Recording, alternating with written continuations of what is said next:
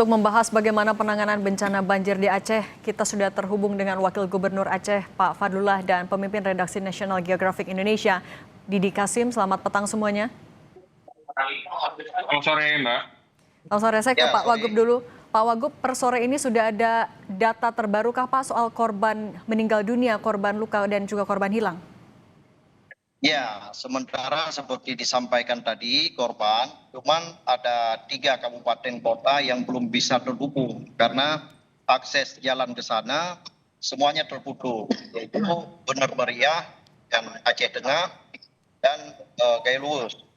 Informasi yang kami dapatkan kemarin di Aceh Tengah ada 9 korban yang meninggal karena longsor.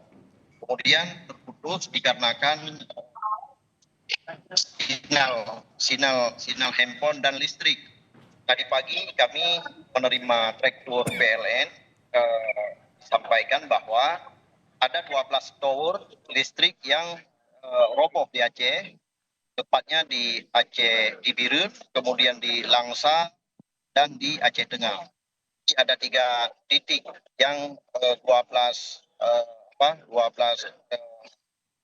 tower yang akibat banjir. Jadi situasi kami saat ini hanya di beberapa tempat saja yang ada sinyal dan begitu juga dengan arus listrik. Jadi tidak semuanya yang ada arus listrik. Oh, ini ada info terbaru yang kami dapatkan, meninggal 10 orang urusan ini. Halo? Dan masih adanya 3 wilayah yang terisolir. Apa yang dilakukan secara cepat dari Pemprov? Ya, kami pertama dengan PLN tadi pagi agar segera bisa arus listrik normal kembali. Hari ini ada 3 Hercules yang didatangkan dari Jakarta untuk peralatan listrik. Kemudian kemarin ada 2 Hercules. Rencananya besok pagi akan dipakai helikopter, ada 4 helikopter yang dari PLN untuk membawa barang ke lokasi. Itu yang penanganan tentang listrik. Sedangkan untuk penanganan yang lainnya kami lagi berusaha menerobos jalan-jalan darat, tapi nampaknya tidak memungkinkan, tetap harus lewat udara. Kami menunggu jalur udara. Mungkin besok cuacanya kalau apabila semakin bagus, solusinya mungkin kami akan memakai pesawat seperti pesawat susi air untuk mengantar bantuan ke Bener Meriah dan Aceh Tengah, juga Gailurus. Oke, Pak Didi, 3 provinsi secara bersamaan diterjang oleh bencana hidrologi. Nah, Anda melihatnya sejauh mana ini disebabkan oleh cuaca ekstrim dan sejauh mana ini karena kerusakan lingkungan? Sebetulnya ini saling terkait ya, Mbak ya. Artinya ketika cuaca ekstrim bertemu dengan lahan yang rapuh, ya selesai sudah gitu. Jadi memang ini memang kita tidak Sumatera ini rapuh gitu ya. Kerapuhan itu memang banyak terjadi di pilihan-pilihan buruk kita di pengelolaan hulu. Jadi, nah kebetulan kita ketemu sama anomali cuaca yang memang kita tidak bisa kontrol gitu ya. Siklon, badai dan sebagainya, ketika curah hujan begitu tinggi,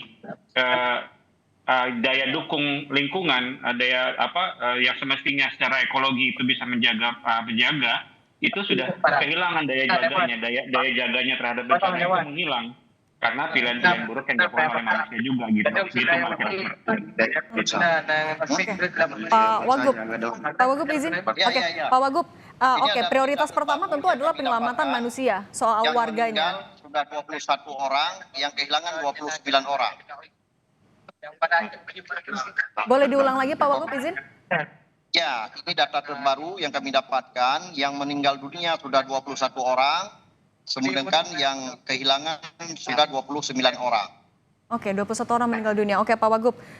Tentu prioritas sekarang adalah untuk menyelamatkan manusianya, menyelamatkan warga. Tapi dengan masih adanya hujan yang turun, masih ada potensi cuaca buruk. Bagaimana mitigasi juga dari Pemprov terkait potensi bencana susulan? Ya, kami lakukan beberapa langkah. Pertama dulu, tadi kami mendapatkan informasi ada bantuan dari pusat kami harus bisa menerobos dulu ke tempat masyarakat yang terisolir saat ini. Memakai perahu karet, kami lagi menunggu kedatangan perahu karet, cuman tadi sempat terkontak sebentar dengan wilayah Bener Meriah. Mereka di sana memang terputusnya per kecamatan, bukan hanya terputus di tingkat kabupaten, tapi di setiap kecamatan mereka tidak bisa bergeser. Ini tidak ada pilihan lain. Memang kalau untuk menerobos sana harus lewat udara. Yang paling tepat ya mungkin pakai helikopter, itu yang paling tepat untuk bisa mengantar bantuan. Oke, evakuasi Iya. Oke, baik, itu evakuasi yang jadi fokus dulu sekarang. Nah tadi Pak Didi, tapi dengan ini adalah kaitannya juga dengan kerusakan lingkungan. Apa yang bisa dilakukan dalam waktu dekat mengantisipasi adanya potensi bencana susulan? Ya, kita harus segera memulai dengan rencana restorasi ya, Mbak. Memulihkan tutupan hutan. Yang mana yang bisa kami lakukan? Izin Pak Didi sekarang, izin Pak Wagub sekarang ke Pak Didi dulu. Iya, silakan. Baik, Mbak. Jadi memang kita mau tidak mau kita harus memulai program restorasi pulihkan tutupan hutan. Lalu kemudian juga memperbaiki tata ruang. Sekaligus juga program literasi, perbaikan tentang komunikasi, pemahaman tentang masyarakat di hilir juga harus tahu kondisi hulunya, bukan hanya melihat banjir ketika sudah datang gitu. Jadi penegakan hukum saya pikir itu juga salah satu yang harus diperkuat. Jadi memulihkan tutupan hutan itu adalah sesuatu yang harus kita mulai ulang, dan perbaiki tata ruang itu juga adalah sesuatu yang harus kita lakukan, kita tata lagi ulang. Oke, pemulihan itu yang jadi PR terdekat dulu. Pak Didi Kasim, Pemret National Geographic Indonesia, dan Pak Fadlullah Wagub Aceh, terima kasih sudah berbagi bersama kami di Kompas Petang. Saya selalu semuanya.